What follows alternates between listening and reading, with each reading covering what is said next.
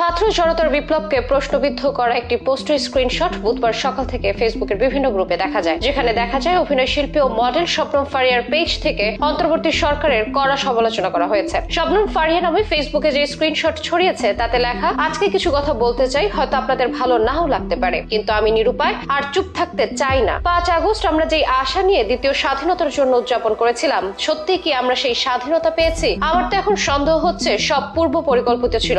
Screenshot অনুযায়ী ফারিয়া এটাও লেখেন, আজকের পরিস্থিতিতে আমরা কথা বলতে পারছি না। সামান্য ফেসবুকের একটি পোস্ট 2-3 বার কাটাছেঁড়া করতে হয়। আগের সরকারের আমলে কোনো পোস্ট ডিলিট দিতে হয়নি। শিল্পকলা একাডেমিতে আমার কলিগদের উপর আক্রমণ করা হলো। এইসব নিয়ে অনেকেই কথা বলতে চাচ্ছে, কিন্তু মুখ খোলার সাহস পাচ্ছে না। কেউ জয় বাংলা ধ্বনি দিলে তাকে হেয় করা হচ্ছে। জয় বাংলা তো শুধু আওয়ামী লীগের স্লোগান না, এটা মুক্তিযুদ্ধের পক্ষের সকলের স্লোগান। এক কথায় পুরো পোস্টে বর্তমান সরকারের নানা প্রতিবন্ধকতার কথা তুলে ধরা হয়। ওই পোস্টে সরকারের দ্রব্যমূল্য নিয়ন্ত্রণ রাখতে পারছে না, নারীর নিরাপত্তা প্রতিষ্ঠা করতে পারছে না, আইনের সুশাসন প্রতিষ্ঠা করতে পারছে না, এরকম নানা অভিযোগ আনা হয়। সাথে এটাও বলা হয়, আগেই ভালো ছিলাম। এ নিয়ে তীব্র সমালোচনা শুরু হয় অনলাইনে, যদিও তার পেজে এমন কোন স্ট্যাটাসের হদিস পাওয়া যায় না। সমালোচকেরা বলেন, পোস্টটি দেওয়ার কিছুক্ষণ পরেই ডিলিট করে দেন এই অভিনেত্রী। তবে ভাইরাল ওই পোস্টটি শবনম ফারিয়া মোটেও দেননি, এমনকি জানানো না ওই পোস্ট কার। তোপের মুখে মুখ খুলতে বাধ্য হয়েছেন শবনম ফারিয়া। ভাইরাল সেই স্ট্যাটাসটি ভুয়া বলে দাবি তার। বিষয়টি স্পষ্ট করে ফারিয়া নিজের ফেসবুক পেজে লিখেছেন, আমি গত 3 দিন ধরে জ্বরে আক্রান্ত, আমি কোনো স্ট্যাটাস পোস্ট করিনি কোনো বিষয়ে, বিশেষ করে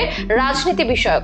এই পোস্ট সম্পূর্ণ এডিটেড, এটার সাথে আমার কোনো সম্পৃক্ততা নেই। আপনাদের অবস্থা এতই খারাপ যে এখন এডিট করে অন্যদের নামে পোস্ট চালায় নিজেদের কথা বলতে হচ্ছে। ফারিয়া আরো লেখেন, আমি পোস্ট দিয়েছি ভেবে যারা খুশি তারা প্লিজ খুশি হবেন না। ভাইরাল সেই স্ক্রিনশটে লেখা ছিল, গত 15 বছর নাকি কোনো পোস্ট ডিলিট করতে হয়নি। এই দাবি নাকচ করে ফারিয়া লেখেন, গত 15 বছরে কয়েক হাজার পোস্ট ডিলিট করতে হয়েছে। স্ট্যাটাস দেওয়ার 5 মিনিটেও কল চলে আসতো, আপা ডিলিট করেন, সমস্যা হবে। আলোচিত আলো আসবেই গ্রুপের মেম্বারদের হেয় করে লিখেন, অন্যদের মতো তেল মারি নাই দেখে কোনো সুযোগ সুবিধাও পাই নাই, আমারও আলো আসে নাই, আর আমি এমন কোন স্টেটমেন্ট দিলে সেটা রাখারও সাহস করি। মূলত পোস্টটি ছিল এডিটেড। বিষয়টি নিশ্চিত করে রিউমার স্ক্যানার টিমও। যদি অনেকের ব্যাপারটি ভুয়া বলে মানতে নারাজ এখনো, তাই শবনম ফারিয়া ব্যাখ্যা দেওয়ার পরও কমেনি সমালোচনা। তোপের মুখে নিজের অ্যাকাউন্ট ডিঅ্যাক্টিভেট রাখতেও দেখা যায় এই অভিনেত্রীকে।